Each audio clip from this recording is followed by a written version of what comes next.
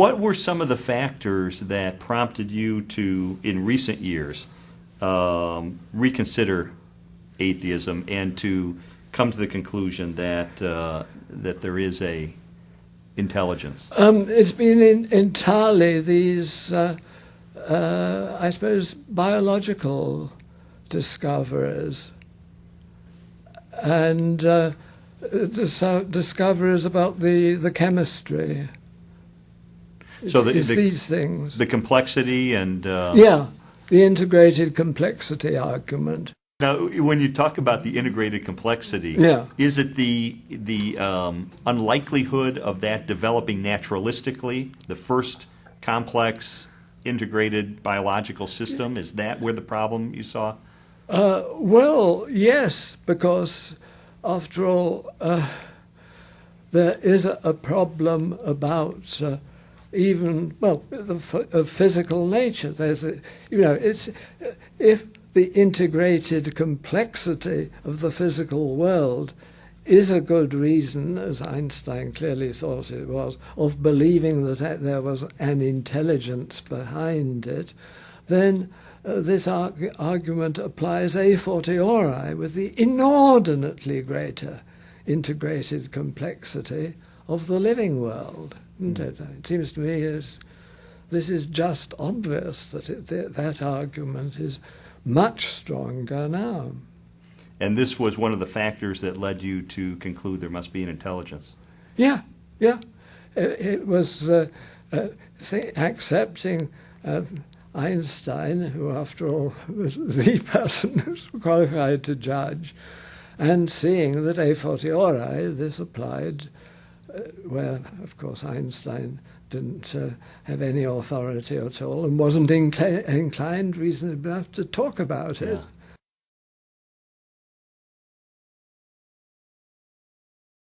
What qualities would you say that intelligence reflects or has? In other words, is this a omniscient intelligence? Is it a omnipotent intelligence? What qualities would you ascribe to it? Well, you'd have to subscribe omnipotence if it was going to do anything. And I don't think one's entitled to infer anything else. Above all, one's not entitled to infer that he is, like the God of Islam, very eager to conquer the world. What about eternality or the eternal nature? Would this? I should have thought so, because I mean, to be omnipotent and not doing anything, and yet to exercise your omnipotence and then sort of rub your hands and say that's that and go away. It looks to me as if you can't really separate the eternity from the omnipotence. So if we're saying this is an omnipotent, intelligent,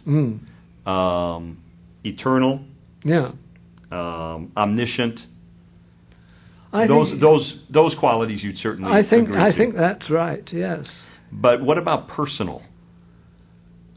Is this a personal force or being? Yes.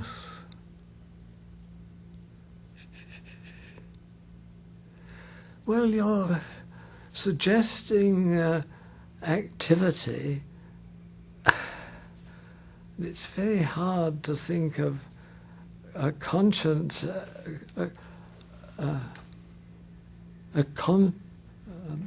a conscious omnipotence that doesn't do anything. I don't. Mm-hmm. So if this being is doing something, then it must be personal in some sense. I should have thought that, so, but this is completely new to me. I haven't even begun to think about this book that I'm certainly not going to attempt to write. We're going to get you to write it. Oh, no, you're not. So we have a powerful, intelligent, eternal, would you call this a being? I think so, yes. A being who may or may not be personal in the sense of conscious, or would he be? I think he's got to be conscious Okay. if he's going to be an agent. Okay. You know, we're producing. I hope I'll see the script of this sometime. You're thinking about it as we go. To some Well, degree. yes. You know, I'm not going to write the book, but I am very interested in what we're talking about now. Yeah. If this is this being knowable by us, do you think? Well, we are presumably thinking that we know of his existence.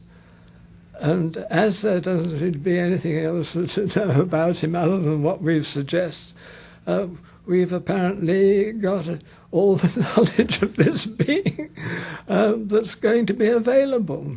Would your view of this being be a deistic kind of view, that he's not involved in human affairs? Oh, emphatically, yes, yes. I don't see why there's any reason for him to be discontented in any way with what he's already produced. Human beings as they are. But to be, as it were, thinking, now we can get on with the real business of converting them to some religion or punishing them for not following. You know, the whole idea of this being thinking, well, the whole point of creating a universe is, in the case of Islam, to have the satisfaction of torturing some of its members forever. But then, as I say, I have no respect for Islam as a system of thought, after all, whereas Christianity had two things. A first-rate philosophical intellect in St. Paul, knowing all the relevant languages and all the things about the ancient world and the ancient civilization, and the defining instance of a charismatic figure in Jesus Christ.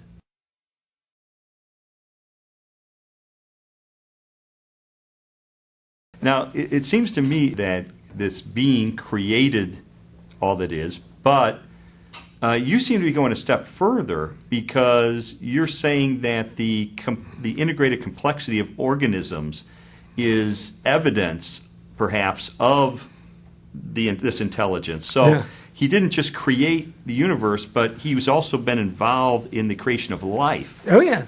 So you perhaps go further than a pure deist who might say he created and then walked away. He was involved later in creating life after the creation of the universe. Well, he created a universe that was going to develop in a certain way.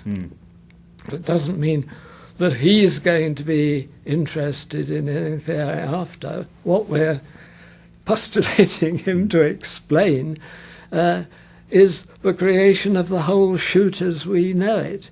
And I start to get there, following Einstein, with the basic physical world. But presumably the being in question would have thought of the whole shoot. Does this being, do you think, And I'm speculating here. its end. If presumably it is bound to have an end, isn't it? There'll be energy will be exhausted. Do you think the fact that this being created for whatever purpose a suitable habitat for humankind, does that indicate at all a sense of caring?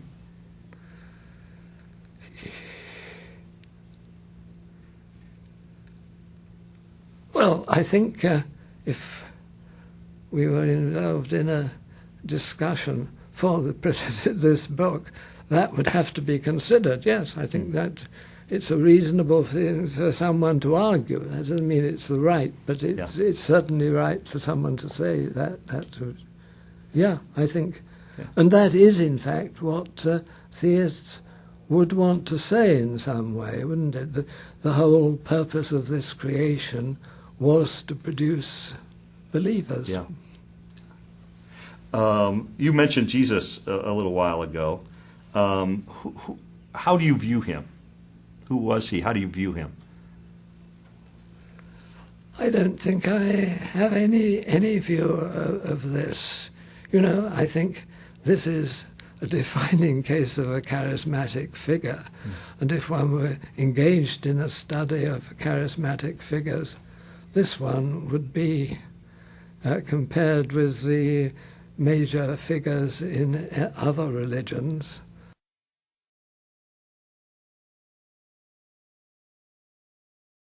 Now, you said in 2004 that you hope that there's no afterlife. Yes. Why? Because I don't want to go on forever, and a fortiori, I do not want to be tortured eternally.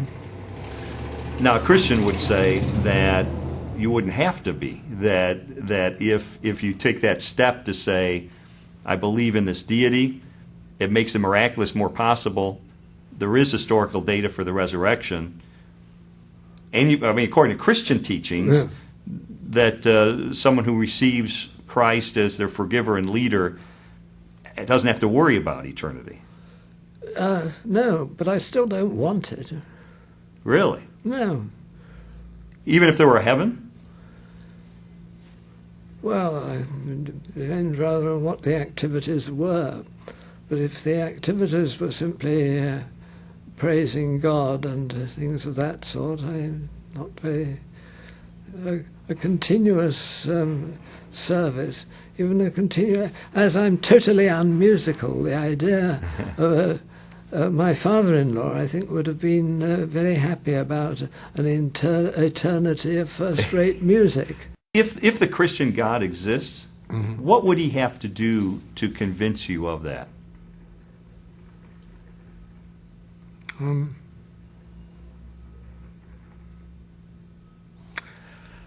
I don't know. After all, I've never thought about this at all. And I'm not eager to start. He would presumably know. He would know what it would take. Yes, presumably. Yeah. Bertrand Russell, I think, said there's a lack of evidence. But you found enough to believe that there is an intelligence of some sort. Yes. So you've come further than he did. Yes.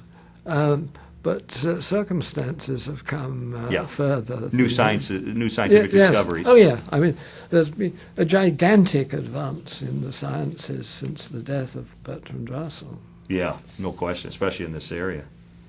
What reaction have you gotten from atheists when you announced your change in view? I haven't been much worried about what reaction I got from them. I would have no doubt been aware of more reaction if I was a devoted follower of the internet, but as I am not, I just don't care. And what's your reception been by Christians? Well, I don't know that there's been much question of reception. After all, what have I been doing which would involve me in a reception by Christians?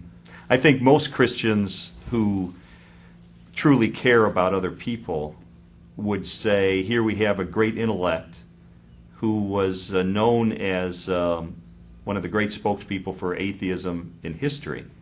And yet he's come to a new conclusion based on the evidence that he pursued, that there is this entity, that we talked about, this being. For Christians who know you and care about you, they would see this as perhaps a step on a road that might bring you to faith in Jesus. Yes, absolutely. And out of concern for you and love for you and friendship for you, people would feel that. And I know you are aware of that, I'm sure. Oh, yes. Yeah. What would you say to them?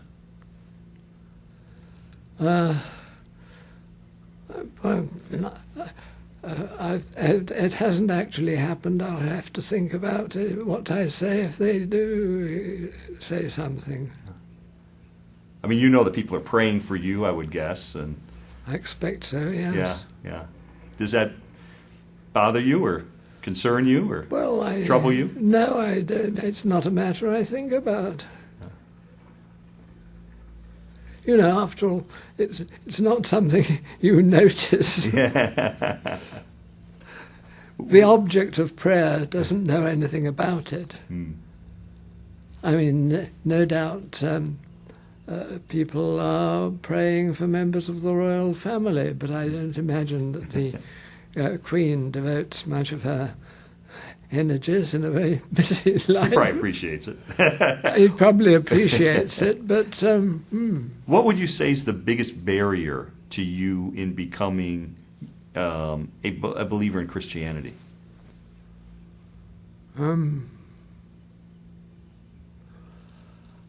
I think the doctrine of a future life. How so? Well, the doctrine of eternal torment. You know, this hasn't been abandoned by the Roman Catholics. And if I'd been brought up in a Catholic school, I would have presumably been terrorized into belief.